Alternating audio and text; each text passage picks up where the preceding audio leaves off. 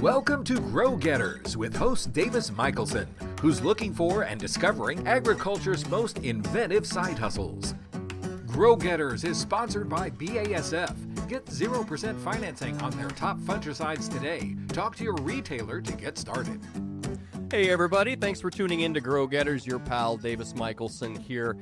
Please don't forget to like and subscribe. We've got a bunch of these floating around out there, and I don't want you to miss a single conversation with our Grow Getters. Today is an exciting one. I'm an Iowa boy from way back in the day, and I have the privilege of speaking with Maren Beard of Luna Valley Farm in Decorah, Iowa. That's up in the northeastern corner, right over by the Mississippi River. It's beautiful up there, hills, and we can get into some of that as well. I love the Decorah area. Spoiler alert. Maren and her husband Tom raise cows, pigs, and sheep, as well as row crops and produce on their small farm in northeast Iowa. But they're best known for their pizza, a wood-fired treat that brings their community together. I wonder how. We should get into that. Pizza toppings are grown on their farm and by other local farmers. Maren calls their pizza a connecting point. That's pretty cool. Their special brand of rural togetherness has been covered by national media. Get this. They've been in Better Homes and Gardens. They've been in the New York Times, AARP Magazine, and Cosmopolitan. Swanky stuff. A quote from them: on our certified organic farm, we use regenerative farming practices to grow food for our community, protect soil and water for future generations, and provide a happy life for our 100% grass-fed cattle and sheep. Close quote. Maren Beard, welcome to Grow Getters. Thanks for being with us today. How's everything? Thanks for having me. Happy to be here. Things are great. Terrific, terrific. Well, I'm a fan of the state from which you hail. I hail from there myself, so I'm particularly excited and interested in what you've got going on over there at Luna Farm. Can you tell us how it all started? Just give us the nuts and bolts of your more conventional activities on the farm, please. Yes, my husband Tom was born and raised right here in the neighborhood. He grew up a half a mile up the road. He likes to famously say he hasn't gone far. We bought our farm, 133-acre farm, from our neighbor Ronnie, who was born and raised here, and we still actually rent his farm up the road to run our cattle and sheep. But so we typically say Tom is the farmer and I am the pizza farmer. And so Tom's day-to-day looks like tending our herd of grass-fed and finished beef cattle and our flock of 130 ewes and all their lambs. We're about to welcome a lot of babies to the farm here in just a few short weeks. So he does that. We've got grass-fed and finished beef and lamb. And then we also do some certified organic row crops, a little bit of corn, about 20 acres a year of corn, a few soybeans this year, certified organic. And then we do grow all of our own feed for our animals. So it's 100% fed. And so in the summer, Tom is spending his days moving those animals to fresh pasture every day and also making hay. So we have enough to feed them throughout the winter. Yeah. Now, are you also grinding feed there on the premises as well, or you're going grass-fed 100%. Pretty much 100%? 100%? Yeah. Yep. So our animals in the summer months, they eat, forage. They're out on pasture. And then in the winter, it's a combination of dry hay and some baleage as well. Yeah. But yeah, no other feed. So it's really important that Tom spends the time to make really high quality hay. And he's really in that art. Maren, as you and I talk, it's mid-March 2025. Boy, you can't graze cattle and sheep on brown grass. How's your moisture content up there? What are your thoughts looking ahead to the summer grazing season? It's a little dry. Yeah. I mean, it's still mud season, but it's maybe not as muddy as it should be. Yeah. That makes sense. So our animals, we bale graze, and so they still are out in winter pastures all winter long. Okay. And so I look out the window that's next to me. The sheep are up on a hillside eating off some bales. You can see the cute little nose holes in the bale feeders and the big bales of hay. So they're out there. I mean, it's important to us that our animals, they stay fit and they get to move around and be out in the elements like us. But we always give them some protection. But yeah, our animals are outside year round, and they're all born outside and live their lives outside of these beautiful driftless hills. Yeah. It's been my experience that healthy animals taste the best. Is that fair? That's what I would say. Yeah. I would say your efforts are well placed there. your husband, Tom, who couldn't be with us today, apparently he was a dairy guy. You got yourself involved with a dairy guy and wound up on a farm yourself here. Tell us the story of you two crazy kids. Yeah, so Tom's parents actually started milking cows for Organic Valley in the, milking cows in the 80s, bought their farm in the 80s, which is a pretty tough time to buy a farm, but they were either going to go do hogs or do dairy. And Tom's mom really was interested in running a dairy. And so that's what they did. And his two brothers, actually a sister too, they all still are dairy farmers for Organic Valley. My sister's out of Northwest Iowa, brothers are just up the hill from us with their young families as well. And it's just dairy is a nice way to have a steady income. It can be up and down, but the organic dairy market has been pretty stable. And they actually run the grass milk truck. And so they're also very into the, grass feeding and finishing their animals and that kind of nutrition. So it runs deep in our family's veins, and it's just what we do. Yeah. That's excellent. So you're definitely very busy with what we would call conventional farming activities, the day-to-day type of stuff.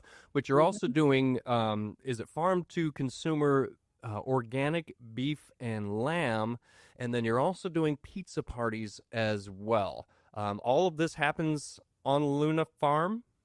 All happens here. 2 miles down a gravel road deep in the valley. Oh, man, it sounds like heaven. Okay, it's so wonderful.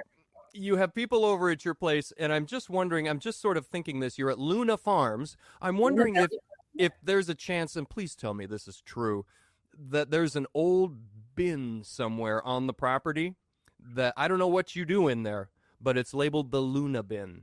Can people come to your place and visit the Luna Bin? Like no. maybe a rotating dance floor at the base of a bin, huh? It's just a thought. Yeah. It's just a thought. Next thing, Davis, is the Luna Bin. Yep. The Luna Bin. So at Luna Valley Farm, we do. So I've got a degree in environmental studies in Spanish, and then got a master's degree in sustainable food systems. And Tom and I have had a garden since the day we were born, and love local food and supporting other local farmers. And so I think it was 2016. We have a lot to celebrate in August and September. Tom's birthday, our anniversary, my birthday. So we actually ventured over up to Minnesota and over to Wisconsin and visited 3 different pizza farms to celebrate those occasions. And on the way back from the 3rd, we were pretty quiet. And if you know us, Tom is quieter than me. And so one of us broke the ice, probably me, and said, I think we should do this. We love hosting people. We live on a beautiful farm. Sure. We love growing food. And we love supporting other local farmers and bringing people together. So less than a year later, we hosted our first pizza night, so cows used to be milked in this barn that I'm sitting in right now. There were stanchions when we first bought the place. The barn was on the verge of falling down because there's a big hole in the roof. And our FSA banker lent us the money to put a roof on. And we ran a Kickstarter campaign and transformed that part of the barn into a commercial kitchen. Wow. And so in less than a year, we opened to the public, and it was like the first day of school. You don't know, if anyone's going to show up, and people did. Yeah. Well, I think it was 99 pizzas that first night we were open. 99. I mean, right? I could see like maybe the neighbors come over and they bring a couple of teenagers. Maybe you need 2 or 3 pizzas going, but 99, that's dang near 100. I know. And 16-inch pizzas. They're good size for sharing. It was a really great start.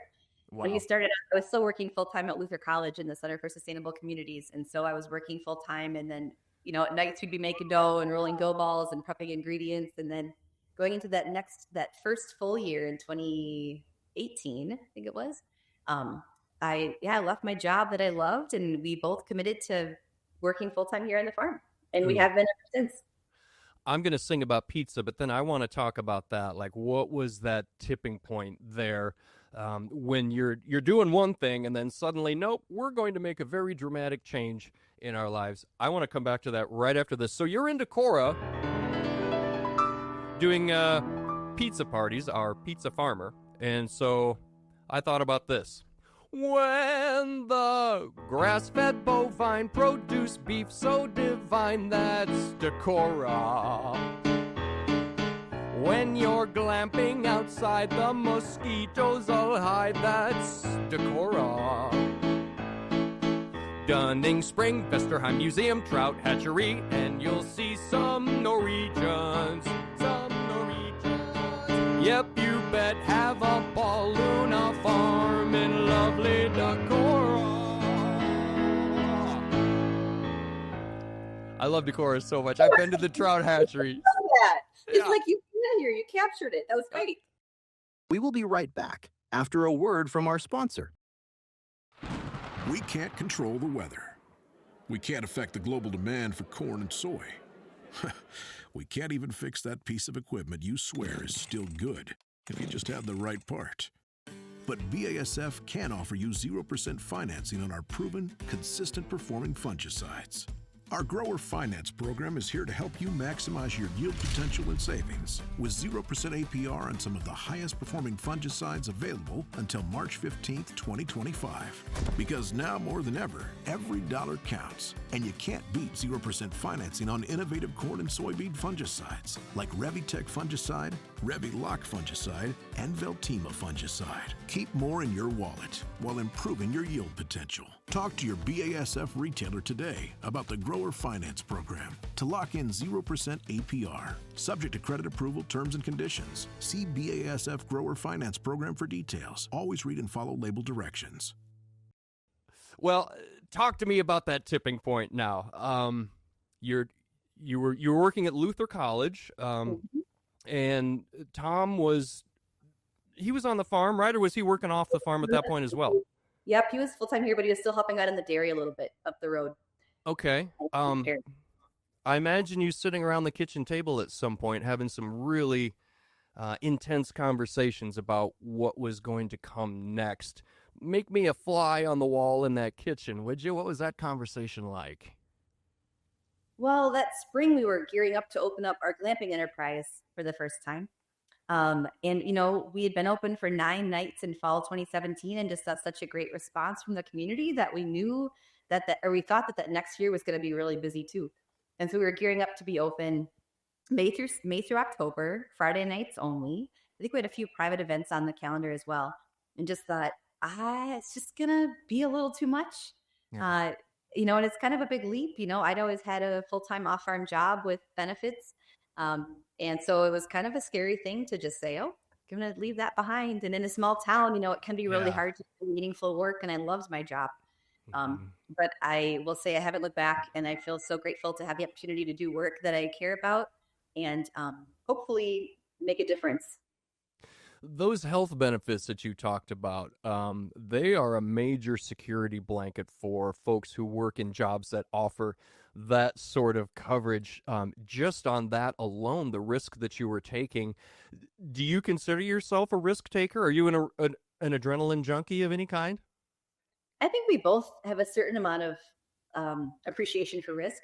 Mm-hmm. I mean, we love, prior to having our 2 young children, we love to travel internationally for 5 weeks at a time and go biking around and go to some really remote rural places. And I think we both, I'd say we both kind of seek adventure and like that. But I think we also both aren't afraid to work really, really hard. And so I think we figured, well, if it doesn't work out, we could do something else. But we took the leap, and it has been wonderful. I mean, if nothing else, it's been an exercise in setting boundaries for ourselves. So we don't take on too many things that we can't do well, because it's really important to us that if we're going to do things, we do them well. I find that as well. The more things that I try to do, quality control kind of begins to suffer at some point. It takes a wise person to recognize, hey man, I'm just too busy right now. I gotta trim something somewhere. Mm-hmm. Yep. Exactly. With that, let me sing some more about your farm, just really quick. And then as I'm doing this, kind of be thinking about, there are people out here who are watching this who are thinking, wow, I am not that brave. No, I don't like risk. I can't do it. There's no way. I want you to talk to that person and see if you can offer them some sort of word of encouragement. But first, this. Luna Valley, an Iowa farm. Organic sheep and beef directly to your arms. Luna Valley, where togetherness comes together. Pizza party, it's really a gas. Come to Luna Farms, don't just sit in your chair. Luna Farms on the Grow Getter Show. Pizza party, it's really a gas. Come to Luna Farms. Don't just sit on your chair. People would love to be able to do what you are doing. You have a wonderful facility behind you. You talked about remodeling that barn that you've got going there, and I can imagine you've got huge plans for the spaces in there, or maybe you don't. Nifty space. Or you guys are ever moving forward is my impression of you, Maren, and your husband Tom there at Luna Farm. So talk to that group, that husband and wife couple around that kitchen table, thinking about making the leap, thinking maybe there's something more we can do with this, this grand resource that is a farm that we have here. Talk to those folks, give them a little encouragement, maybe a little advice if you've got it. Yeah, I mean, one thing my grandpa's always said, and other people say too, is the work that's going to be the most meaningful for you is work that lies the intersection of your passion and the world's deepest need. And I think we've both felt, moving into pizza nights as an enterprise, that there's such a need for community gathering spaces and a need for supporting local food systems. And, increasingly less people are connected to farms. And so we have a beautiful working farm and thought it would just be great to share it. And so I think for us, it was just, it was a risk, but it also just felt right because we knew that we felt like the work would be supported because it was needed, and it has been. Yeah. And Go ahead. I would, so we did a Kickstarter campaign, had a bank loan to get our pizza kitchen up and running and buy our big Italian pizza oven. And we have grown. So back in 2021 or 22, we built a big 40 by 60 open air pavilion outside for more covered seating. So customers would have the option to pretty much dine here no matter what, if it's too sunny or too rainy. Yeah. And this year we added on to our barn. We're in the process of redoing an old farm building into a farm store. But I will say we took out what I would consider to be a manageable amount of debt back in 2016 to do our commercial kitchen. And we could have done all this right away, but I think it would have been it would have been scary. It would have maybe made us feel stuck. And I think being able to kind of work and see what we need and build it as we need it and keep growing that way for us has worked really well. I know there's some enterprises where you have to just invest a ton of money up front. And it felt like a ton of money to us at the time, but it turned out to be manageable because of how well received the enterprise has been. And it's been allowing us to grow. Yeah. So, yeah. Well, and I mean, you were kind of doing it the hard way to begin with. I want you to talk to me about these regenerative practices on your farm there. We don't need to get into specifics or anything. You've got the 100% grass-fed. Tell us why that stuff is important to you. Why is that a priority on your farm? Because you could have cows, just regular cows, and people would eat them, I'm sure, regular sheep. But you took the extra step and put in the extra effort to go 100% grass-fed using regenerative practices. What's the story there? I don't know. I mean, I think both of us grew up in families that cared a lot about food and about farm workers and about the land. And just see this as our way to really contribute to the world. And we have a beautiful stream that runs through our property and actually it's called the Canoe Creek, and it runs through a couple more acres of Tom's family's land. And so we very much understand that our actions impact those downstream, and we know who's downstream. And so we care a lot about what we're doing on our soils and in our water. And so we've just made the choices that we have made to grow deep-rooted grasses that help keep the soils in place. And to do what we can to tend that beautiful waterway, because it's our lifeblood and we care deeply for it. So this place, I mean, I think Decorah is just a gorgeous part of the state, and it really inspires care and makes us want to care for it. And so that's just how we farmed, and that's how Tom grew up farming too. His parents, I think, I might have this wrong, but I think they were conventional for a couple of years and then made the switch to organic. And I think we try to, eat good food ourselves and just make sure that we are doing what we can to take care of this beautiful place. Absolutely. And that's a wonderful message. And you kind of hit on it a little bit. There's a lot of folks that don't understand what goes on in the farms outside of Decorah, Iowa, or outside of, Nebraska, or wherever they might be. They just don't know.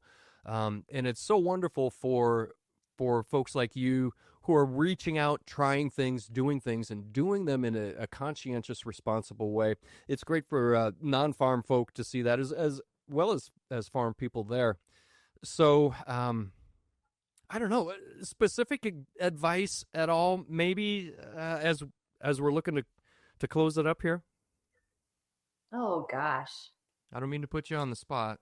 Yeah, I mean, we often have people ask, like, how can I start? How can I start something like that? And from the beginning, I've said every county needs a pizza farm. They really do. I mean, or something like it, a taco farm, a burger farm, somewhere where people can get out and experience the place. I mean, our pizza is really good, but our place is beautiful, and we try to be friendly. And so I think people just need that in their lives. And the amount of children, you would not believe it. It's like toddlers are our biggest growing demographic because Is that right? they love to run. The parents love that they can be out here drinking a beer. We have local drinks on tap. Nice. From our breweries in Decorah and cideries. But yeah, it's great. And I think that every community needs a gathering space like this. And so if you're thinking about doing some kind of value-added enterprise, I would highly, highly recommend it. It's a lot of fun and it's a lot of work too. My parents were just here visiting and they said, I think you make it look like it's a lot less work than it actually is, which might be true, but we love what we do. And we've got great staff who've been with us for years, helping us out. Well, the great ones make it look easy. Luna Valley Farm. Is there a way we can get in touch with you if people want more information? Yeah, we've got a website, lunavalleyfarm.com. I need to update it for the season, but it's got all of our 2025 pizza dates up there. And yeah, our farm store will be opening in early May. And so details about that will be on there. But that's yet another way we can sell our meat to people on pizza nights and also support lots of other small businesses and small farms locally by selling their products to our store. So we're really excited about that. Yeah, I'm kind of breaking the flow of the show there, but we didn't even talk about the brick and mortar plans that you have. Roll that into, because my next question is, well, what's next for you folks? And I think you've already answered it. Talk to us about brick and mortar. Yeah, right. So, I mean, it's this little garage that was 20 by 20 that needed some work.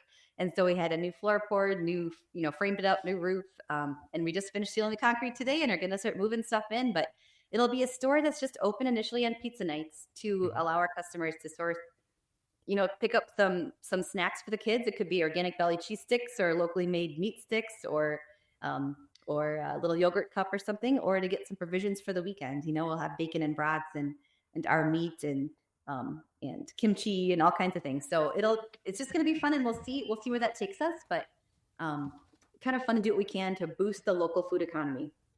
So. Absolutely, and it all sounds very, very delicious. You've tried things over the years, the glamping. I understand you've done some music events out at the farm there. Do you plan to do those, or were those like, yeah, nice try, not so much kind of a thing? No, so we did live music before 2020 a couple times, and we actually had a big show again last year that was sold out, and have another one. Charlie Parr is coming my 40th birthday, September 13th, and so we're throwing a party. And that is exciting. So the live music has been really fun just to do about once a year. It's been a fun event for us to gear up for. Glamping was a lot of fun too. We did that for 6 years, and we would host people from May through September-ish on the weekends, 2-night minimum, and then midweek stays as well. And we opened up their calendar every February 1st, and the weekends would book typically in less than 2 hours for the whole season. It was wildly popular, and we had the most amazing guests here, and we just realized we can't do it all. And it was one of those things that we just needed to let go for the season, and maybe for a little longer than the season. Yeah.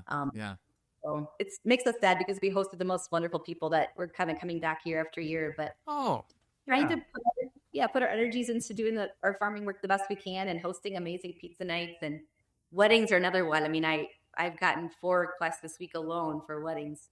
And we do usually like one a year, but we're kind of more focused on the public pizza nights. Yeah. Well, I would say maybe you've got a spot there that one day you could host a heck of a nice wedding there right behind you. Yeah, you know what? So. Don't let me sign you up for things that you're not quite ready for yet. No. I will lead you astray. Maren Beard from Luna Farm in Decorah, Iowa.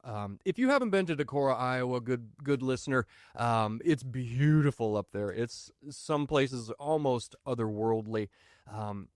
So Maren Beard, thank you so much. LunaFarm.com. Did I get that right? LunaValleyFarm.com. Luna Valley Farm. Thank you very much. LunaValleyFarm.com in Decorah, Iowa. Thanks, Maren. Have a great day. Thank you, Davis. Well, production support for Grow Getters provided by Jack Heffron and Zach Zengula. Don't forget to like and subscribe, and you can catch all Grow Getters on YouTube or wherever you find your favorite podcasts. So for the crew here at Farm Journal, it's Davis Michelson saying thanks for watching, and let's get out there and grow get 'em, everybody.